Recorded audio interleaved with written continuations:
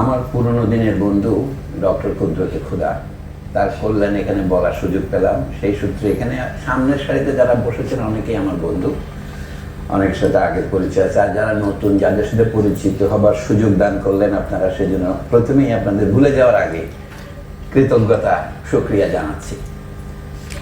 যে বিরাট একটা আমরা শিরোনামে বক্তৃতার বিষয় নির্ধারণ করেছি, তো সেই খাতে নানান রকম উপাদান আছে।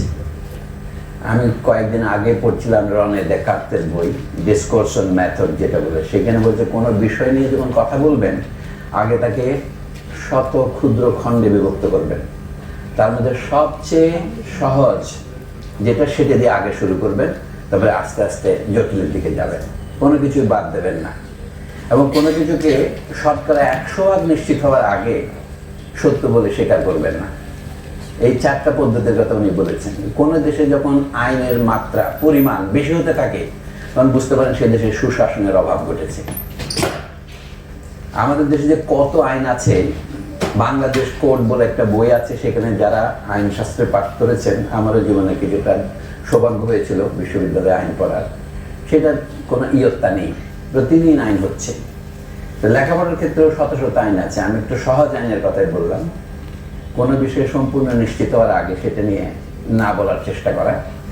2 নম্বর হচ্ছে তাকে সহজ উপাদানে বিভক্ত করা এবং সেগুলিকে এমনভাবে সাজানো, প্রাকৃতিক না হলেও সহজ থেকে অপেক্ষাকৃত কঠিনে যাওয়া, এবং সবশেষে কোনো কিছুকে বাদ না দেওয়া। আমরা যে অনেকগুলো শব্দ ব্যবহার করেছি এখানে, সেগুলি থেকে আমি শুরু করব। তো কিভাবে শুরু করা যায়, যেহেতু আগেই আছে এখানে ডেভেলপমেন্ট, সেটা আমি পরে আলোচনা করব। আমার কথার মধ্যে আছে হিউম্যান রাইটস, ডেভেলপমেন্ট, আর একটা রুল অফ ল। এখন যে হিউম্যান রাইটসের এত বেশি প্রসার হয়েছে, সকলে এখন আমরা হিউম্যান রাইটসের কথা বলি, তো সেটা দিয়ে শুরু করি। আপনারা সকলে জানেন এমন কথাগুলি শুধু আমি আলোচনা করি, নতুন কিছু নয়। তবে যেহেতু অনেক কথা জানলেও আমাদের মনে থাকে না, আপনারা লক্ষ্য করেন এখন যে তর্কটা চলছে হিউম্যান রাইটস নিয়ে, হিউম্যান রাইটসের বয়স কত? সকলে জানে যে 1948 সন থেকে হিউম্যান রাইটসের আলোচনা শুরু হয়েছে। আলোচনাকে ইংরেজিতে ডিসকোর্স বলে ধরেন। এখন আমি নতুন কিছু বলবো, এখানে নতুন কিছু বলার নাই। আমি শুধু আপনাদের বলি হিউম্যান রাইটস শুধু ডিসকোর্স নয়, ইংরেজিতে একটা আইডিওলজি বলে, একটা আইডিওলজিও বটে। আরেকটা তত্ত্ব হচ্ছে এটার সূত্রপাত ঠিক 1948 সনে নয়, এটা সূত্রপাত কোথায়? 1789 সনে ইউরোপে বিপ্লবের সময়। ইউরোপে একটা বিপ্লব হয় নাই, আমরা একটা উদাহরণস্বরূপ বলছি ফরাসি বিপ্লবের সময়। আর কেউ কেউ বলেন যে না, বেদে, পুরাণে, কোরআনে, বাইবেলে সব জায়গায় তো হিউম্যান রাইটসের কথা আছে। সেখান থেকে ধীরে ধীরে ধীরে ধীরে মানব জাতির বিবর্তনের শেষ স্তরে এসে আমরা হিউম্যান রাইটস এসে পৌঁছেছি। এরপর আর কি আছে বলার কিছু নাই। এটা একটা টেলিওলজি। তো এর মধ্যে কথা বলার জন্য কোথা থেকে শুরু করবো আমি কিছু স্থির করতে পারছিলাম না। তো পরে একটা পথ পেলাম, সেটাই আপনাদের সাথে আমি ভাগ করতে চাই। হচ্ছে আমেরিকান অ্যানথ্রোপোলজিক্যাল অ্যাসোসিয়েশন। 1948 সনে যুক্তরাষ্ট্রে যখন এলেনর রুজভেল্টের নেতৃত্বে কমিশন হলো যে হিউম্যান রাইটস ডিক্লারেশন জাতিসংঘ তৈরি করবে, যেটা পরবর্তীকালে ইউনিভার্সাল ডিক্লারেশন হয়েছে, সেইটার সময় তিনি যে পরামর্শ যাদের নিচ্ছিলেন তার মধ্যে একটা সংস্থা ছিল আমেরিকান অ্যানথ্রোপোলজিক্যাল অ্যাসোসিয়েশন। আপনারা অনেকে এটার সাথে পরিচিত, কেউ কেউ অপরিচিত থাকতে পারেন। 1947 সনের জুন মাসে আমেরিকান অ্যানথ্রোপোলজিক্যাল অ্যাসোসিয়েশন একটা সিদ্ধান্তে পৌঁছে, এটার নাম ছিল স্টেট ম্যাস। আমি সেটার কিছু কিছু অংশ আপনাদের পড়ে শোনাই, তাহলে আমার বক্তব্যের সার কথাটা বলি। এই হিউম্যান রাইটস কথাটা কোথা থেকে এলো? আগে যেটাকে বলা হতো ওয়ার্ডেন, অথবা ফ্রেঞ্চরা বলতো মিশিয়ন সিভিলাইজাত্রিস, সিভিলাইজিং মিশন, সেইটাই হিউম্যান রাইটস নাম ধারণ করেছে। কিভাবে ধারণ করলো? সেটা আমেরিকান অ্যানথ্রোপোলজিক্যাল অ্যাসোসিয়েশন 1947 সনে যে প্রস্তাব গ্রহণ করেছিল, সর্বসম্মত প্রস্তাব, সেটাতেই এই কথা লেখা আছে। মানে হচ্ছে উপনিবেশবাদের অবসানে তারা বুঝতে পারলো যে এখন নতুন দেশগুলো স্বাধীন হবে, তাদেরকে আর সিভিলাইজিং মিশনের মধ্যে বন্দি রাখা যাবে না, তাদেরকে আর বলা যাবে না যে, কিছুদিন আগেও তারা বলছে হোয়াইট ম্যানস বার্ডেন, তাদেরকে নিয়ন্ত্রণ করবার জন্য। কারণ তখন নতুন স্লোগান হলো প্রথম মহাযুদ্ধের পর থেকে, right of nations to self determination. এমনকি জাতিসংঘ যে কনভেনশনগুলো গ্রহণ করেছে সর্বশেষ, 1948 সনের ডেক্লারেশনের পরে দুটো কনভেনশন 1966 সনে গৃহীত হয়েছে, সিভিল অ্যান্ড পলিটিক্যাল রাইটস এবং cultural, economic and social rights. এই দুটো কার্যকর হয়েছে 1976 সন থেকে। এই ইতিহাসগুলো আপনারা জানেন। সেই কার্যকরের মধ্যেও অনেকে রেটিফিকেশন করে না, যেমন মার্কিন যুক্তরাষ্ট্র করেননি। তো এই দলিলগুলোর মধ্যেই আমি আলোচনা সীমিত রাখবো না, কিন্তু সেগুলির আগে কি আলোচনা হয়েছিল সেটাই শুধু বলছি। এগুলোর মানে ছিল, আর এই দুটো কনভেনশন দ্বারা 1966 সনে তাতেও লেখা আছে মূলনীতি কি, right of nations to self determination. সেইটাকে অতিক্রম করার জন্য বলা হচ্ছে এখন right of the individuals against their own states. এইটাই হচ্ছে হিউম্যান রাইটস আইডিওলজির মূল কথা। তার মানে যেটাকে ইন্টারন্যাশনাল কমিউনিটি বলা হয়, যারা পছন্দ করে না তারা এটাকে ইম্পেরিয়ালিজম বলে। আমি দুটো কোনোটাই বললাম না, তখন তারা বলছে যে তোমাদের দেশে তোমরা নিজের নাগরিকদের অধিকার যে দিচ্ছ না, সেটা হস্তক্ষেপের অধিকার আমাদের দিতে হবে। এই টেনশনটাকে, আমি কোনো একটা বিশেষকে আন্তর্জাতিক মতবাদ বলে বলছি না, এই টেনশনের মধ্যে শুরু হয়েছে। তখন প্রথম দিকে যে তর্কটা ছিল সেটা হচ্ছে, সারা পৃথিবীর জন্য একটাই কি আন্তর্জাতিক মাপকাঠি হতে পারে? ইউনিভার্সাল হিউম্যান রাইটস ডিক্লারেশনের গোটা তো ছিল।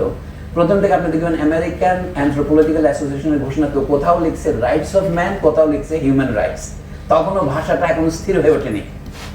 অথচ ফরাসি বিপ্লবের সময় যে ঘোষণা নেওয়া হয়েছিল সেটাই ছিল কি, rights of man, declaration of the rights of man and rights of the citizen.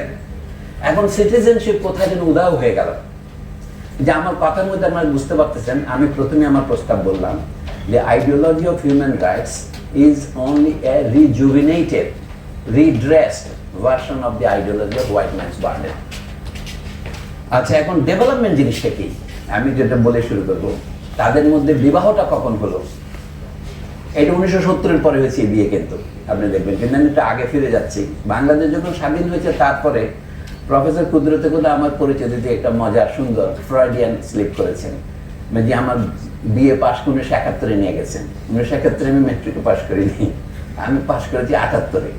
তো সেটা মাঝে মাঝে এরকম হয় মানুষের, এটা নাম হলো ফ্রয়েডিয়ান স্লিপ। একটা কথা বলতে গিয়ে আমি আরেকটা কথা বলি। Not 1971, I graduated in 1978। তো 7 বছর কম নয়। তা আমার ইতিহাসও দেখবো যে গত 50 বছর 1972 থেকে যখন নিউ ইন্টারন্যাশনাল ইকোনমিক অর্ডারের দাবি উঠেছে, সেটা জাতিসংঘ শেষ পর্যন্ত প্রস্তাব আকারে পাশ করলো 1986-তে। ওর মাঝখানে স্ট্রাকচারাল অ্যাডজাস্টমেন্ট আসলো। ইতিহাসগুলো আপনারা সবাই মুখস্থই জানেন। তাতে দেখা যায় আস্তে আস্তে হিউম্যান রাইটস আইডিওলজি আকারে দেখা দিল। যাই হোক, আমি এখন ডেভেলপমেন্টের কথাই বলি। যেটাকে আমরা এখন ডেভেলপমেন্ট বলছি, ব্রিটিশ আমলে এটাকে ইমপ্রুভমেন্ট বলা হতো। এমনি 1940 সনের আগে কখনো ডেভেলপমেন্ট কথাটা বলতো না। আমরা ডেভেলপমেন্ট কথাটা শুনেছি কিভাবে? দুই রকম অর্থ আছে ভাষায়, আর বহু অর্থ। একটা হচ্ছে কি, ডেভেলপমেন্ট অফ হিউম্যান হিস্ট্রি, এটা হলো কি আনফোল্ডিং, আনফার্লিং, যেটাকে আমরা বিকাশ বলতে পারি। কিন্তু ডেভেলপমেন্টের বাংলা অর্থ হয়েছে কি এখন? উন্নতি। উন্নতি মানে কি? উন্নতি। উত হচ্ছে ইংরেজি, যেটাকে আমরা প্রিপোজিশনে আউট বলি, সেটাই। ইউরোপের যে কোনো ভাষা দেখবেন উত মানে ঘরতে বের হয়ে যাওয়া। এটা সংস্কৃত উত, বাংলায় উত নতি মানে উপরের দিকে নতি। আপনার বিপরীত কি? অবনতি, নিচের দিকে নতি। নতিটা কি আছে? এবং তার থেকে আরেকটা শব্দ বানিয়েছি আমরা এখন, উন্নয়ন। এটার তলে নতুন অর্থটা কি? দেখা যাবে কি, অন্যের সাহায্য ছাড়া, বাইরের ইন্টারভেনশন ছাড়া, সিভিলাইজিং মিশনের ছাড়া আপনার কোনো নড়াচড়ার ক্ষমতা নেই। আপনি নিজে নিজে কিছু করতে পারেন না। এর মধ্যে একটা প্যাসিভিটি আছে উন্নয়নের মধ্যে, লক্ষ্য করা যাবে আর কি। তো এই উন্নয়নটাকে আগে কি বলা হতো? এটা আমি বলবো, এটা সিম্পলি হচ্ছে বল প্রয়োগ। ইংরেজিতে বললে মনে হয় ভায়োলেন্স। ভায়োলেন্সের মধ্যে আরো একটা অর্থ নিহিত আছে। যারা একটু একটু ফরাসি ভাষা নবিশি করেন তারা জানেন, ফরাসি ভাষায় ভিওল মানে হচ্ছে হোয়াট ইজ কল্ড রেপ, ধর্ষণ। উন্নয়নের মধ্যে একটা ধর্ষণের ভাব আছে। ভায়োলেন্সের সহজ বাংলা হচ্ছে, অ্যাকচুয়ালি বলতে গেলে জার্মান ভাষা বলে গ্যাভাল্ট, বাংলা বল প্রয়োগের সেন্সটা ওখানে কিছুটা লক্ষ্য আছে। এইটাকে আমি বলবো, আমার এখন আমার বক্তব্য যদি আপনাদের কাছে খোলাসা করে বলতে হয়, আপনাদের কাছে একটু প্রভোকেটিভ মনে হবে, কিন্তু আমি সহজ করে বলছি। আমার মতে হিউম্যান রাইটস হচ্ছে হোয়াইট ম্যানস বার্ডেন, তারই পরিবর্তিত নবসংস্করণ, পরিবর্তিত সংস্করণ, এবং অনেকটা ফয়েল পেপারে ঢাকা সংস্করণ। সেইটা বের করাই হচ্ছে আমাদের গবেষণার কাজ। 2 নম্বর হচ্ছে development is simply another name of violence. এই দুটো বলার জন্য আমি কি করবো, আমি দুটো দলিল থেকে কিছু অংশ পড়ে শোনাবো, ইংরেজিতে পড়বো। প্রথম দলিলটা হচ্ছে আমেরিকান অ্যানথ্রোপোলজিক্যাল অ্যাসোসিয়েশন। তারা 1947 যে প্রস্তাব গ্রহণ করেন, পরবর্তীকালে হিউম্যান রাইটস আইডিওলজির বিশ্বজনীন প্রতিষ্ঠার আলোকে 1999 সনে আমেরিকান অ্যানথ্রোপোলজিক্যাল অ্যাসোসিয়েশন সেই প্রস্তাব বাতিল করে নতুন প্রস্তাব গ্রহণ করে, তাও কি ভোটাভুটির মাধ্যমে। মেজরিটি ভোটে একটা নতুন প্রস্তাব হইতে হয় না, we are all now ideologist of human rights. 2020 সনে সেটা আবার রিআইটারেট করেছে। তাহলে এই তিনটা দলিলকে নিয়ে যদি কেউ একটা সুন্দর আলোচনা করেন, চমৎকার একটা আলোচনা পান। Human rights in the eyes of American economic association, in human rights in the eyes of American Anthropological Association, American Psychological Association, এরকম আলোচনা করা যাবে। আপাতত আমি সীমিত থাকি এখানে। আর ডেভেলপমেন্ট যে ভায়োলেন্স, আপনি বলেন আপনি এটা কোথায় পাইলেন, এটা আমি কোনো কিছু আবিষ্কার করি নাই, কিন্তু আমি আপনাদের সাথে আরেকটা লেখা কিছু অংশ পড়ে শোনাবো। এটা হচ্ছে সেই বিখ্যাত ফ্রান্স ফানো, যার রেচেট অফ দি আর্থ বই আপনারা পড়েন। 1960 সনের এপ্রিল মাসে তিনি ঘানাতে একটা বক্তৃতা দিয়েছিলেন। তখন ছিলেন আলজেরিয়ার অস্থায়ী বিপ্লবী সরকারের রাষ্ট্রদূত আকারে তিনি ঘানায় ছিলেন। সেখানে ডক্টর কোমে অ্যান্ড ক্রুমা হাজির ছিলেন। সেই বক্তৃতা এখনো পুরোপুরি ইংরেজি অনুবাদ হয়নি এবং ফরাসি টেক্সটও আমি খুঁজে পাইনি। আমি ইটালিয়ান থেকে অনুবাদ করেছি এটা, সেটার কিছু অংশ আপনাদের পড়ে শোনাবো। সেখানে দেখাচ্ছে হাউ ডেভেলপমেন্ট ইজ ভায়োলেন্স। আচ্ছা, আমেরিকান অ্যানথ্রোপোলজিস্টদের লেখাটা একটু দেখি এখন। সো আমি এখন আই সুইচ টু ইংলিশ না, যেহেতু এটা ইংরেজিতে লেখা। স্টেটমেন্ট অন হিউম্যান রাইটস, এটা প্রকাশ হয়েছিল আমেরিকান অ্যানথ্রোপোলজিস্ট পত্রিকায় 1947 সনের অক্টোবর-নভেম্বর সংখ্যায়। এটা হচ্ছে 49 বছরের 4th সংখ্যা, ভলিউম 49, নাম্বার 4। এটা যে স্টোরি পাওয়া যায় আপনারা দেখতে পারবেন। আমি একটু করে পড়ি, তারপরে আলোচনা আসবো। আপনাদের প্রশ্ন আমি নিতে পারবো মাঝখানে। আমার বক্তৃতার স্ট্রাকচার হচ্ছে এরকমই। এই দুটোর মধ্যে বিবাহটা কি হলো সেটা বলে শেষ করবো। The problem faced by the Commission on Human Rights of the United Nations in preparing its Declaration on the Rights of Man, note the expression rights of man, yes, must be approached from 2 points of view. The first of which the declaration is ordinarily conceived concerns the respect for the personality of the individual and his right to its fullest development as a member of his society. এইখানে development শব্দটা সাধারণ অর্থটা আছে, development of a person. এখন রাষ্ট্র বা অর্থনীতিকে যদি আপনি একটা শিশু বলে কল্পনা করেন, তাহলে তার ডেভেলপমেন্ট স্টেজ থাকে, তাহলে তো তার একটা মৃত্যু থাকতে হবে, তখন কিন্তু আপনি মেটাফর থেকে সরে যাবেন। তারপরে বলছেন, in a world order, however, respect for the cultures of differing human groups is equally important, according to American Anthropological Association. Mark হারকোভিচ বলে এক ভদ্রলোক এটা ড্রাফট করেছিলেন।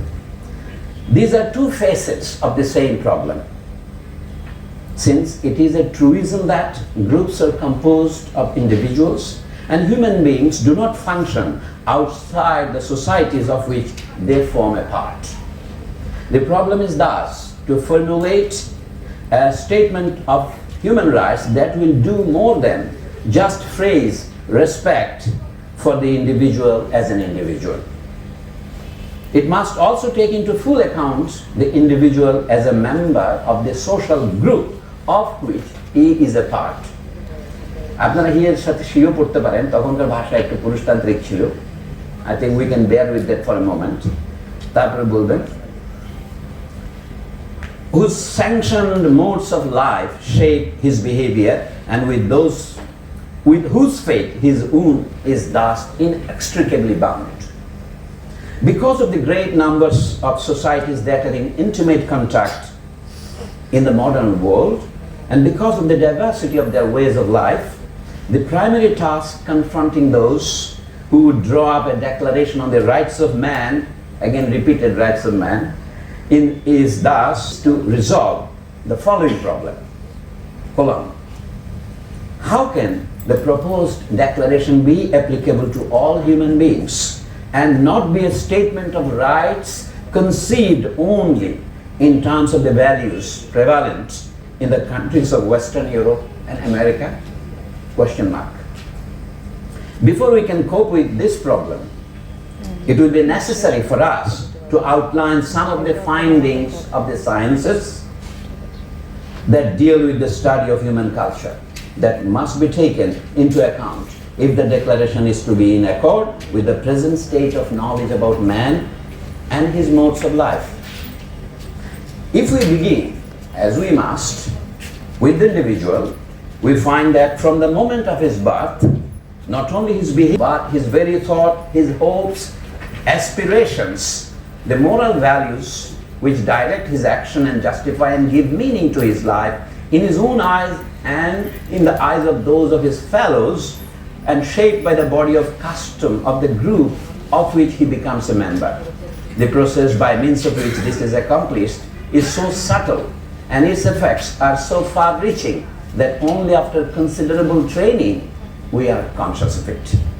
Yet, if the essence of the declaration is to be, as it must, a statement in which the right of the individual to develop his personality to the fullest is to be stressed, then this must be based on a recognition of the fact that the personality of the individual can develop only in terms of his culture, the culture of his society, and so on. I will not go further into. Then they continue this way. The degree to which such evaluations evaluate in action depends on the basic sanctions in the thought of a people. In the main, people are willing to live and let live, exhibiting a tolerance for behavior of another group different than their own, especially where there is no conflict in the subsistence field.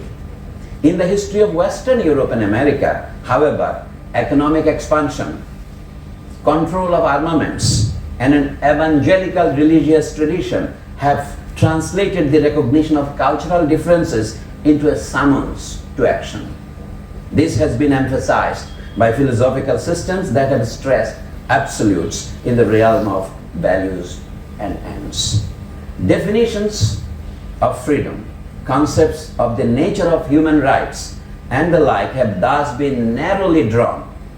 Alternatives have been decried and suppressed where controls have been established over non-European peoples.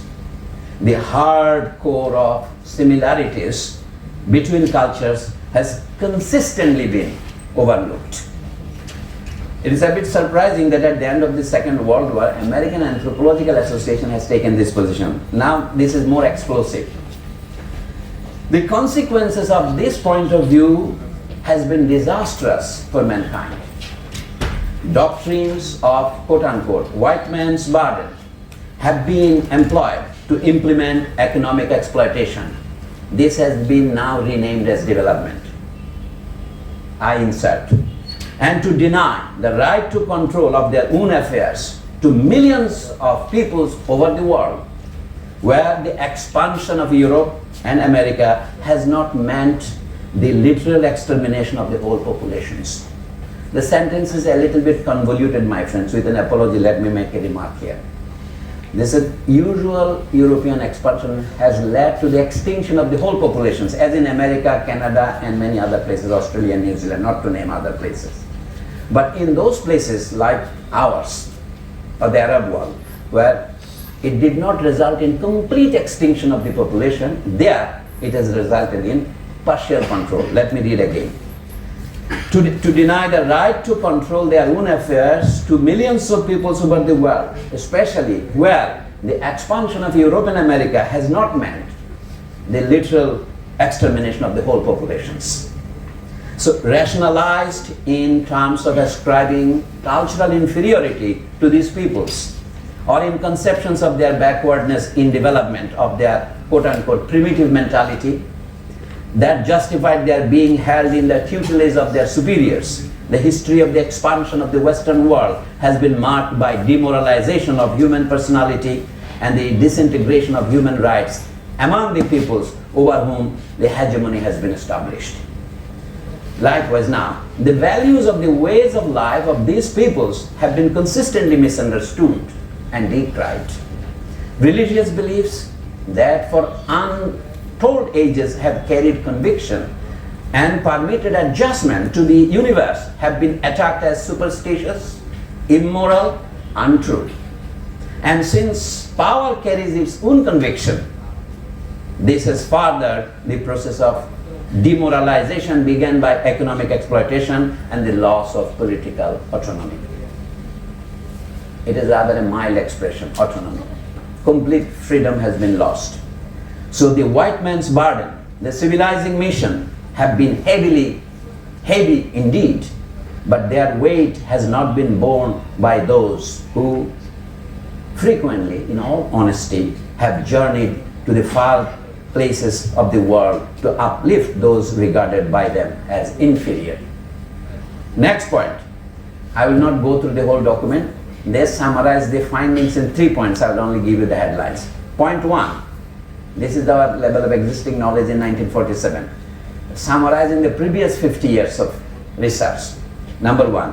The individual realizes his personality through his culture. Hence, respect for individual differences entails a respect for cultural differences. This is the finding of American Anthropological Association. Number 2, I skip the elaboration.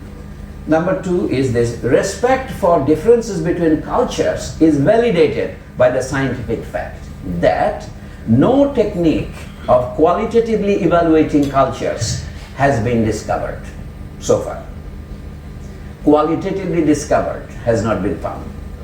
Number 3, standards and values are relative to the culture from which they derive, so that any attempt to formulate postulates that grow out of the beliefs or moral codes of one culture must to that extent detract from the applicability of any declaration of human rights to mankind as a whole. Now they revert to the expression of human rights, which will be accepted. So, give some examples.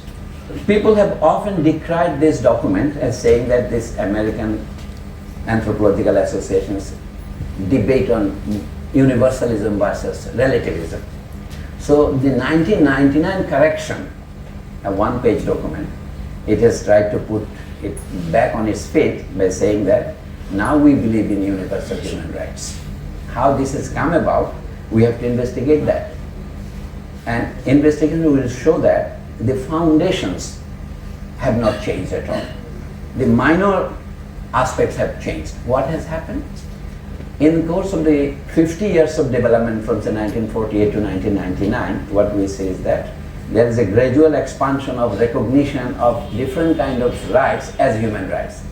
One problem that will immediately draw your attention is that there is no limit to the number of human rights. You can always enumerate such and such that is human rights. But in the beginning, there were some contradictions. One contradiction, just provocative, mentioned by American Association is this: what is held to be a human right in one society may be regarded as antisocial by another people or by the same people in a different period of history. Later on, Louis Hankin, a big human rights lawyer, sometimes professor of Columbia University, he cited an example. The American Senate would not ratify the International Convention on Civil and Political Rights because it compromises their right to propagate for war.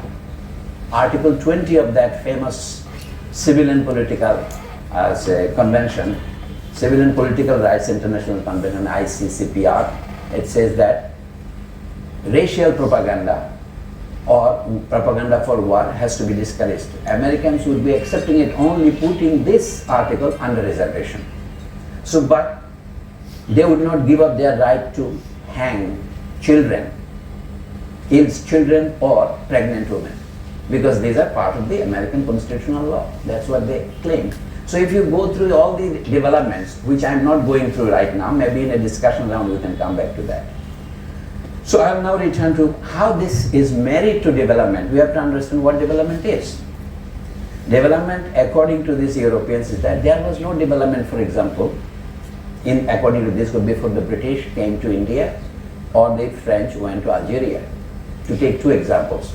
Or Europeans went to America or Australia, there was no development. As if life was stopped there. In fact, they say their evolution stopped. So this is of course a truncated view. This is a distorted view. This cannot be the right view. So I will share with you a short writing which I am now translating of Franz Fanon. In this lecture, he kind of gave a presentation of these values. According to the established tradition that we are teaching, as if development regime began in 1945 or after 45, after the Second World War, because the word development is now being used after 1945.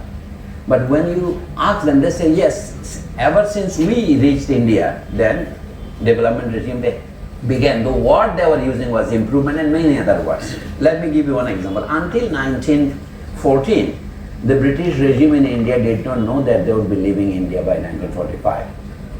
In fact, Lord Curzon, who was Governor General and Viceroy in around the year 1900, he imagined that India, in his opinion, jewel in the crown, the heart of their empire from the Middle East to Hong Kong, or from East Africa to the northern passes of Burma, Britain would become immediately a third-rate empire, third-rate power if they lose India. So they said they will be lasting here for more than 500 years. But by 1914, they were thinking of leaving it. We'll see why. Lord Hardinge, in whose name Hardinge Bridge on 1.1 kilometer on Padda, and they were advertising it. If the English does not stay in India any longer, who will build this Hardinge Bridge? You will see a strange repetition of that argument in our contemporary history as well. Only the bridge is longer, nothing more than that. So anyway, in 1915, Hardinge launched this Hardinge Bridge, said that, he said, their contemporary advertisements in Bengali newspapers like that. ভারতের হিন্দু এবং মুসলমান প্রতিক্রিয়াশীল এবং সন্ত্রাসীগণ সাবধান, ইংরেজ শাসন না থাকলে হার্ডিঞ্জ ব্রিজ হবে না। কাজে ভারতে উন্নতির স্বার্থে ইংরেজের থাকা উচিত। But in Bengali they were using the word unnati, though in English it did not yet become the commonplace parlance.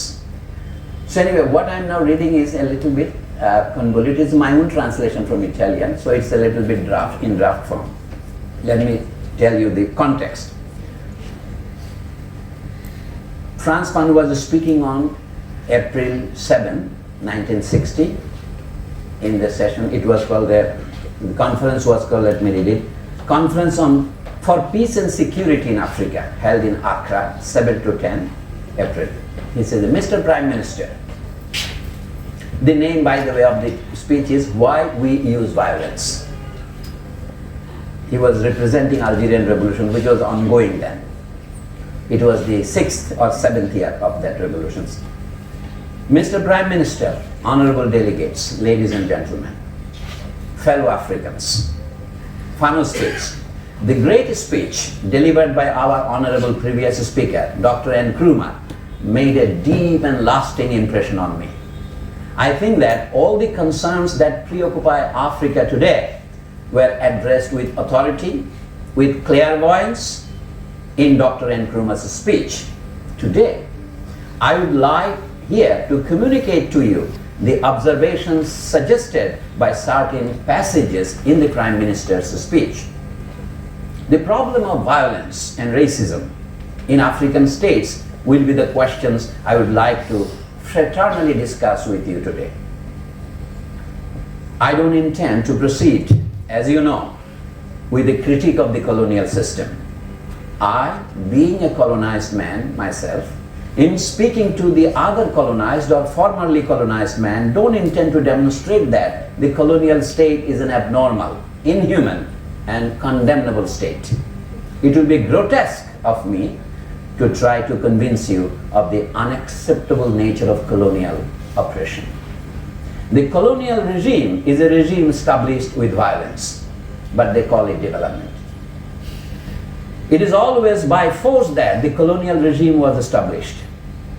It is against the will of the people that other peoples who are more advanced in the technology of destruction or numerically more powerful have imposed themselves. I say that such a system established with violence can logically only be faithful to itself, and that its duration over time is a function of the maintenance of violence. The violence we are talking about is not an abstract violence. It is not only a violence elaborated by the mind. It is also a violence in the daily behavior of the colonizer towards the colonized. Apartheid in South Africa, forced labor in Angola, racism in Algeria, content, hate politics. These are the manifestations of a very concrete and very painful violence. Colonialism, however, is not satisfied with this violence towards the present. The colonized people are ideologically presented as a people who have stopped in their evolution, so they need development. Who are impervious to reason, so they need enlightenment.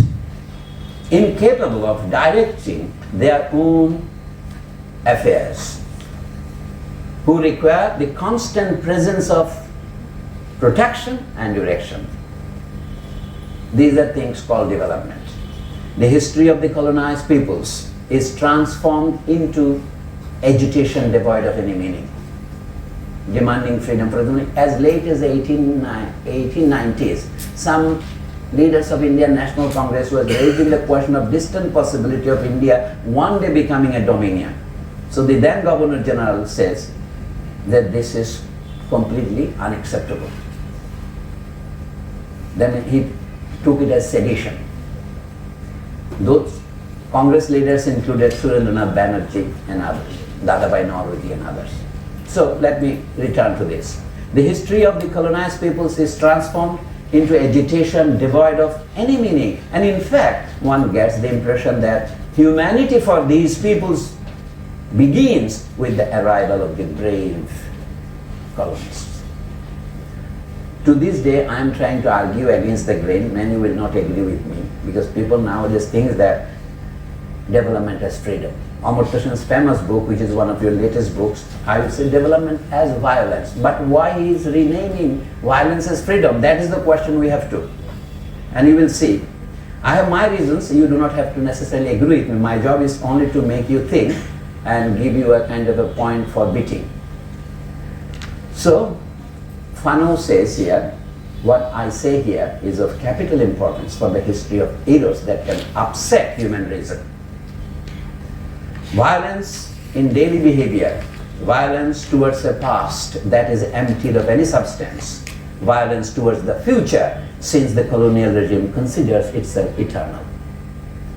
Colonialism does not rob you of your present only, it robs you of your past. In India, they were the ones who said that the middle times in India is Muslim period. So the previous time was Hindu period. And now the British has come. They don't call themselves Christians. The British has come to restore the glorious Hindu past. They were the ones who instigated Shivaji Utsav, Ganapati Utsav, or even in Bengal, it is a consensus argument, they encourage the worship of the goddess Durga. Or if that is controversial, let me go to Cow Protection Society. Things move that way. Colonialism works to rob you not only of your present but also of your past. They give you a different history. Instead of a composite culture that we built up, they said that this is a foreign culture. And we'll find this. Violence in daily behavior, violence towards the past that is emptied of any substance, violence towards the future, since the colonial regime considers itself eternal. We see that the colonized people caught in the network of three-dimensional violence, a meeting point of multiple, diversified, reiterated, cumulative violence, arrives quite quickly to logically pose the problem of an end to the colonial regime by any means necessary. This is what they call violence now. Now, entire colonial regime is based on the premise of violence, but any opposition to them is immediately identified during the British period as terrorism. And nowadays this is called militancy and other words. So Fanon continues. This violence of the colonial regime is not only experienced on the level of the soul, but also on that of the muscles, on that of the blood. This violence that wants to be violent, which becomes more and more disproportionate, immediately causes the birth of an internal violence within the colonized people, and a righteous anger arises and tries to express itself. A philosopher as good as Hannah Arendt attacks Jean-Paul Sartre and Frantz Fanon on this point, say that you are inciting violence. But Fano is insisting, saying that no, it is a legitimate and righteous response to the violence that has perpetrated itself for hundreds of years.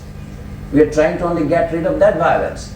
Now here comes the time of Mahatma Gandhi. I will speak about it. Why Mahatma Gandhi had to make an ideology of non-violence? Because he thought that face-to-face British violence, it was impossible for Indians to gain their independence. So he devised a very, I would say, a shrewd ideology. And you will also say the same thing when the demand was being raised by Indian National Congress itself by men like Dadabhai Nauroji, Ramesh Chandra Datta, or an Englishman, William Digby, or in Maharashtra, Mahadev Govind Ranade, or Gopal Krishna Gokhale, then Mahatma Gandhi said that no, we do not need industrialization.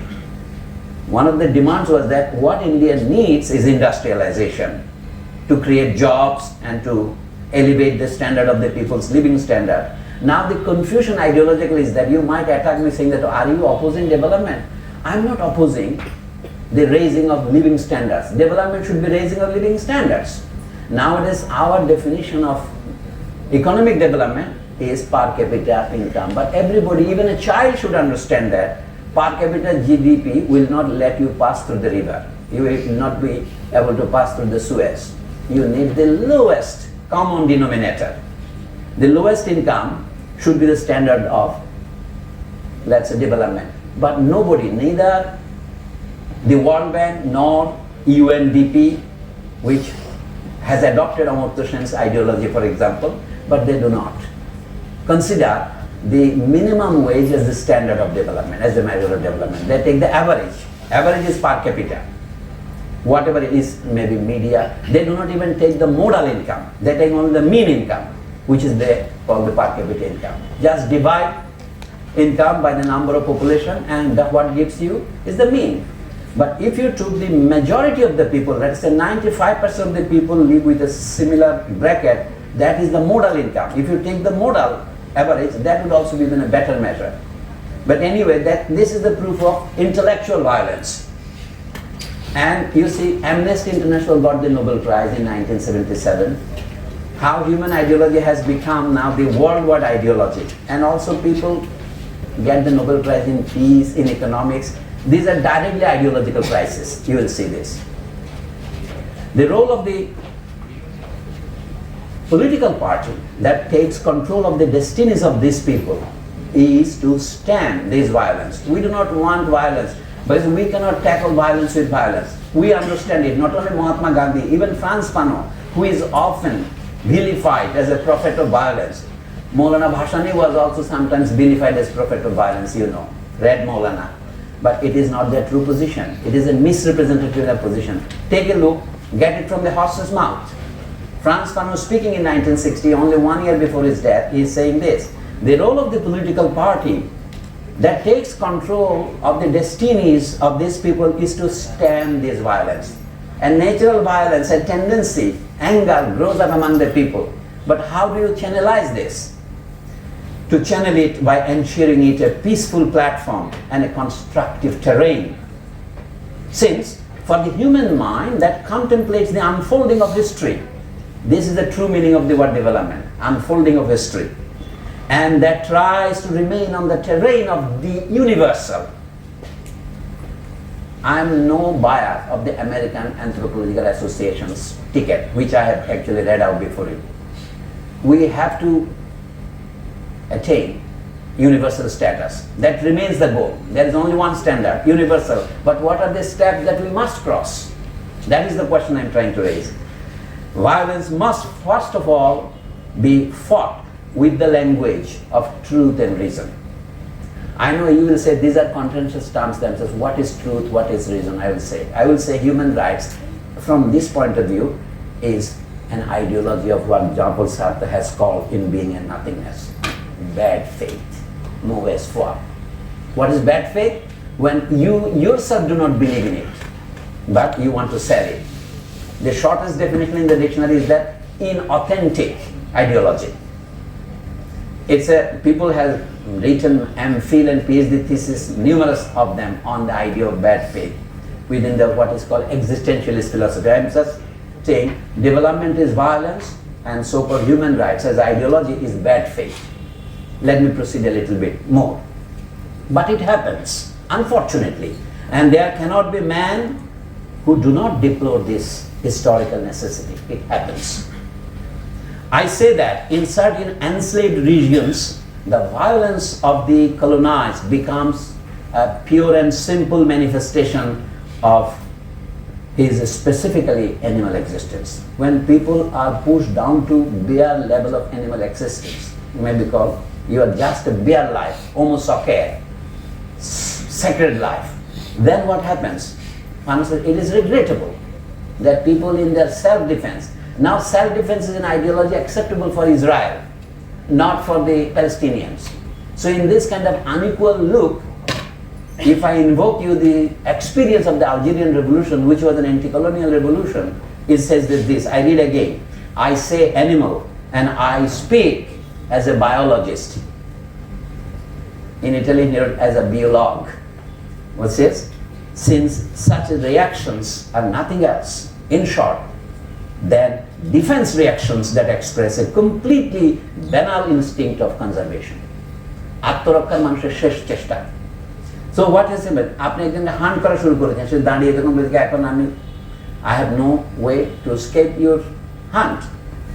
And the invaluable achievement of the Algerian Revolution is precisely that. It is a grandiose outcome and caused a change in the instinct of conservation into value and truth. This is Fanos' evaluation. For the Algerian people, the only solution was this heroic struggle at the heart of which they had to crystallize their national consciousness and deepen their quality as African people.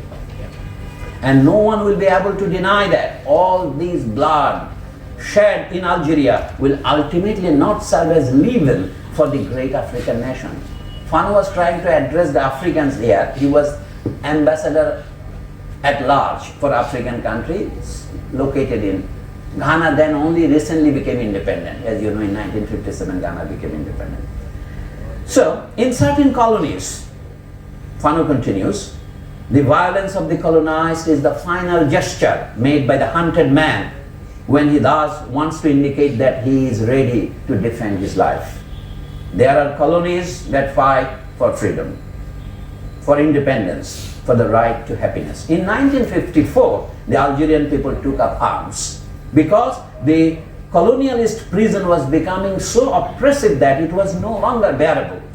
That the hunt for Algerians in the streets and countryside was definitively turned on, and because finally for the Algerian people it was no longer a question of giving meaning to his life, but of giving one to his death.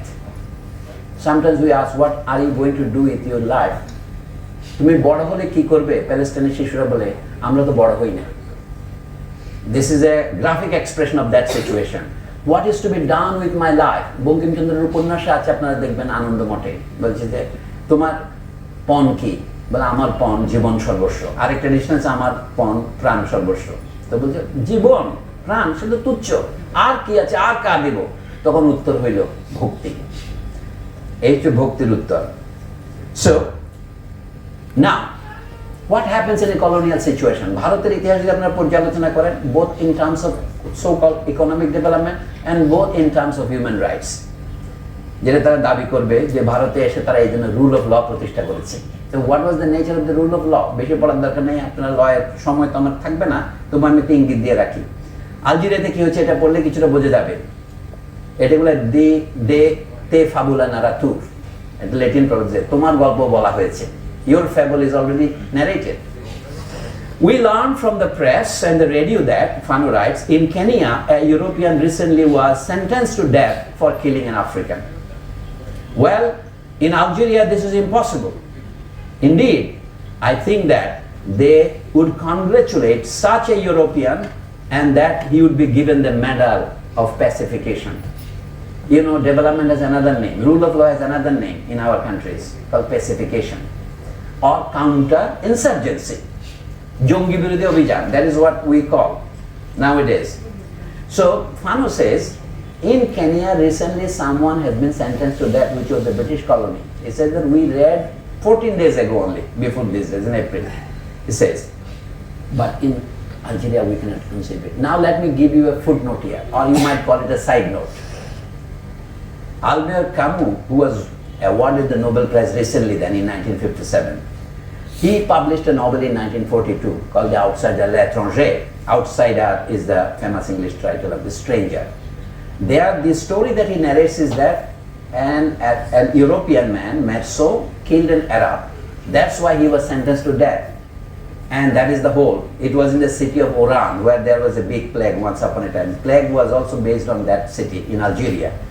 As you know, Albert Camus was an Algerian. There are many Algerians. Jacques Derrida was an Algerian. Louis Althusser was an Algerian. So Algeria and France is a complicated relationship.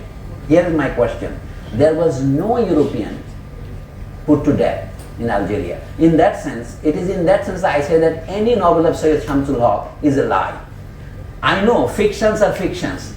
They are necessarily not factual discussions. But when it is based on nothing that you know, you completely reduce the entire war of liberation into a series of rapes, and then it is an untrue representation. It is in that sense that I said no novel of Sayyid Shamsul Haq written about the war of liberation of Bangladesh in 1971 is true.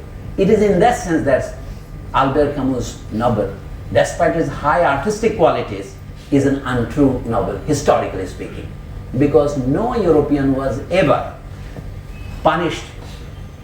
Forget about death punishment, was ever punished with any serious punishment in that country. Here is the story. The million Europeans in Algeria pose particular problems. White people in Algeria are afraid of the Algerian nation. Physical fear, moral fear. And this dual fear is expressed with aggressiveness and highly homicidal behaviors. I could have translated this as murderous behavior. Translations, as you know, always involve choices. So, at the basis of this behavior we find, first, a very intense guilt complex. Quote, if the Algerians, they say, were to rule Algeria one day, they would certainly do what we colonists did and make us pay for our crimes, unquote. Secondly, they say, there is also here a certain Manichaean conception of the world which would always be divided into oppressors and oppressed. There is a permanent element here. In India also, especially after 1857, the British and the Indians distanced themselves farther apart. Memshives started to arrive and they started to become feminine. They said, previously there are some examples of British men resident in India getting married to Indian women. Like William Dalrymple claims that one of his great-great-great-grandmothers were a Bengali woman. But this has become a rarity after 1857. In Algeria, it was more so. So Fanon says that there is a racial distance.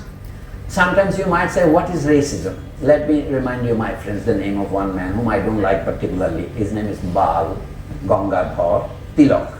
In 1907, he was punished by the British. He was an agitator, one of the founders of the Gaurav Khani Samiti, Society for Cow Protection. He said that the justice, British justice, the rule of law, the third word in my presentation, he said that the God of justice is blind, as you all know.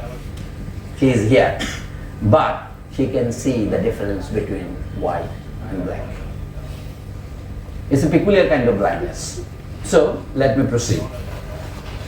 And it is here that I encounter the second point of my speech, which refers to racism in Africa. What happens?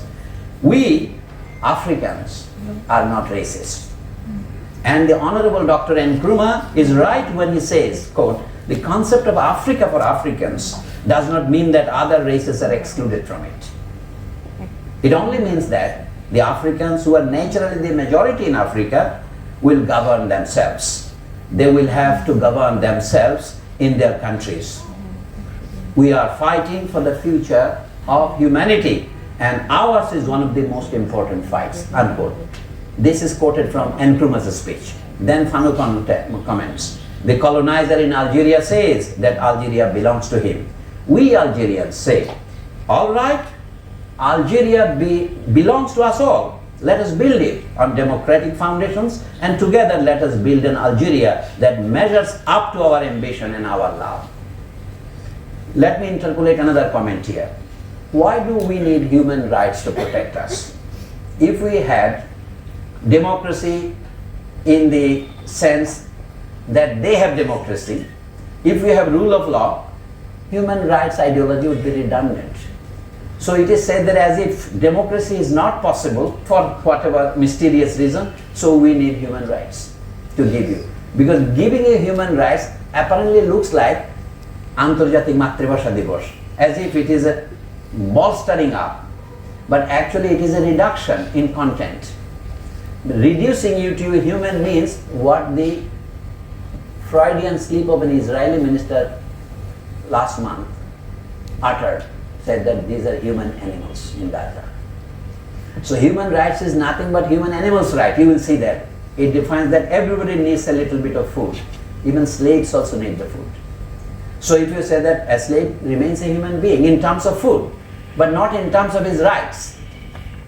So this reduction of fully free individual citizens into denizens and then into now netizens and into nothingness, that is what our human rights ideology is invariably leading to. It shudders me to see that not a single professor I find to criticize. I will come to the professors who are criticizing it, like Samuel Moyn, but their criticism is very subtle. You will see this. Let me finish this first.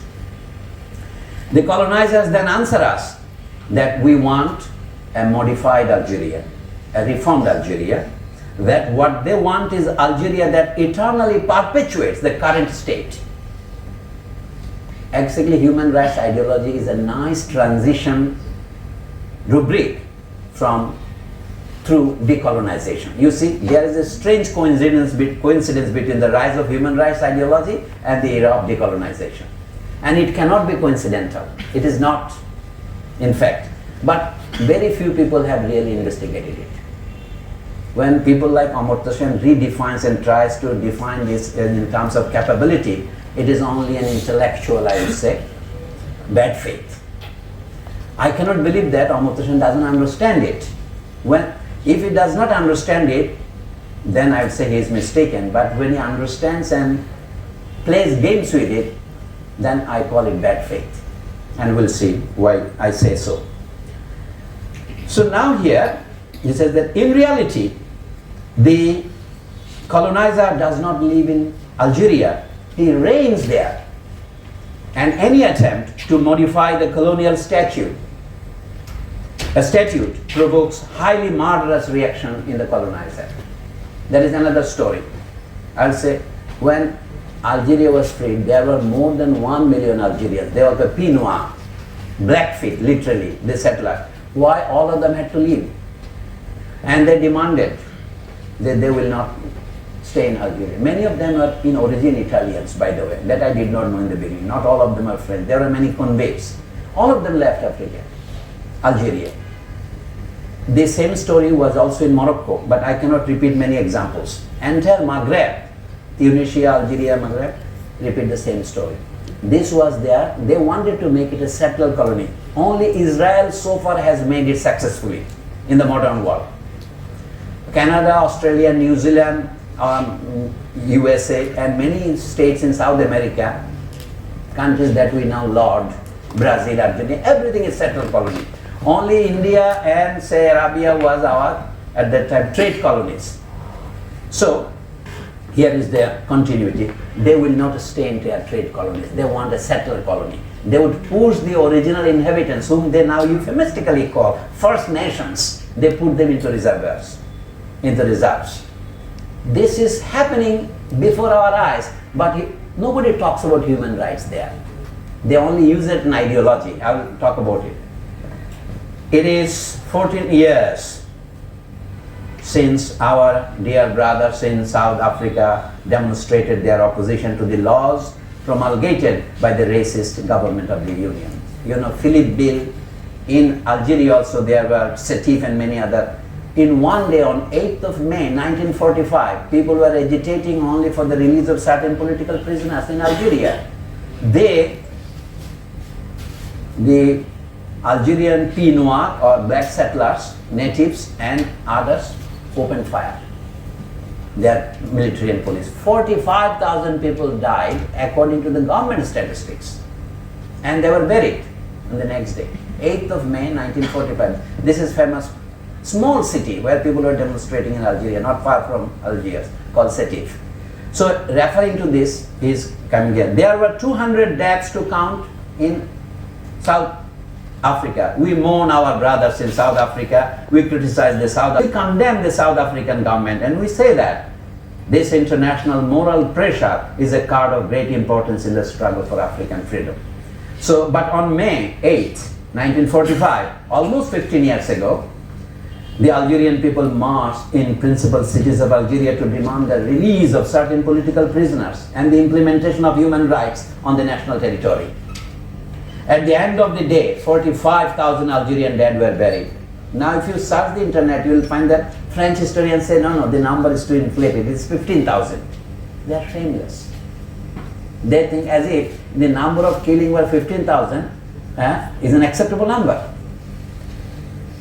And this Emmanuel Macron went to say, oh, the settlement in any colony is what you call crime against humanity.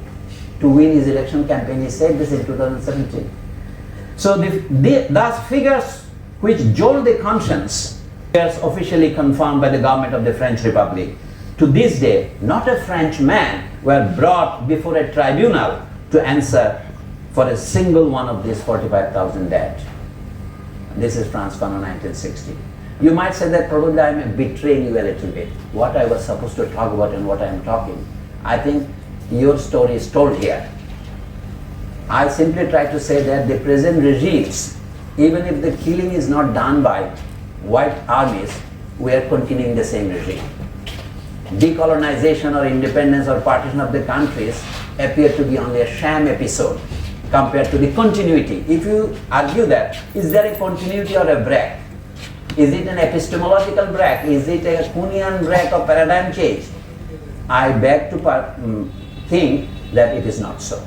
So let me finish. What we are saying is that we need to close our ranks. It is that our voice must become powerful not only in tone but also in concrete measures that could be taken against these or that colonial state. But we have not been able so far.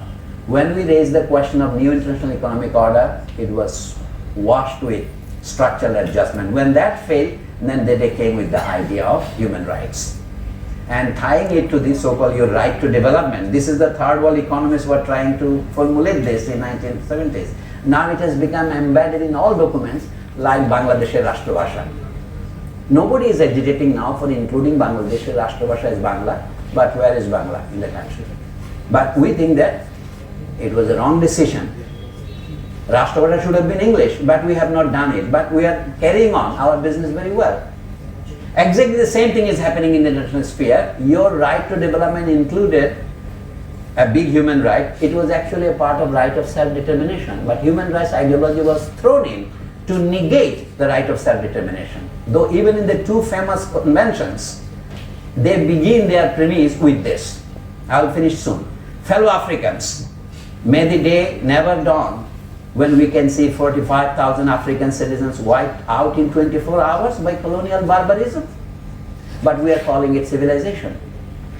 Civilization, barbarism and savagery are considered to be three big steps of mankind's evolution. But what is the evolution? I don't see it. If you take kindness, tenderness, there has been no progress in human civilization. It remains in the same, I would say, savage state. For example, now it is enough for them to say, he is not human. And you have seen this in the recent history, in the history of Iraq, Afghanistan, or where not. So we really need to make the white colonizers and the nations that support them hesitate. In Angola, where 200,000 Portuguese rule by terror. In Rhodesia, where the monstrous face of racism shows off with an unparalleled violence. In Kenya, where our brave brother Jomo Kenyatta languishes in prison and where the colonizers do not despair of fighting a decisive and victorious battle. The colonizer, as is found in Algeria, in Angola, in Kenya, in Rhodesia, in the Union of South Africa, is obstinately opposed to any cuts in his supremacy. We don't tell the colonizer, you are a foreigner, go away. We don't tell him, we are going to take the charge of the country and make you pay for your crimes and for those of your ancestors. We don't tell him that we will confront the past hatred of the black with the present and future hatred of the white. No, we tell him, we are Algerians, let us banish all racism, all forms of oppression from our land, and let us work for man, for the affirmation of man and for the enrichment of humanity.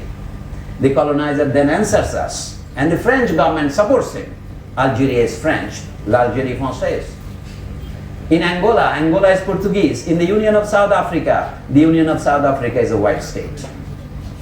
So to the declaration of Farhat Abbas, the Algerian Prime Minister, in which he solemnly appealed to the Europeans of Algeria as Algerian citizens, a declaration, the high thoughts and moving terms of which struck the most French-leaning Western countries, General de Gaulle responded under the pressure of the colonizers and the army that it was necessary to destroy any idea of an Algerian nation. I am drawing your attention to the parallelism of the ideology of human rights and this. Why? Ideology of human rights destroys any idea of self-determination. Now you might say, is it not a fact that human rights are being violated? True. But why can't we control this violation by ourselves? That remains the open question. So it happens this way. Instead of recognizing Algerian national sovereignty, France preferred to change its government 6 times and the republic once. They switched on to the 5th Republic under de Gaulle.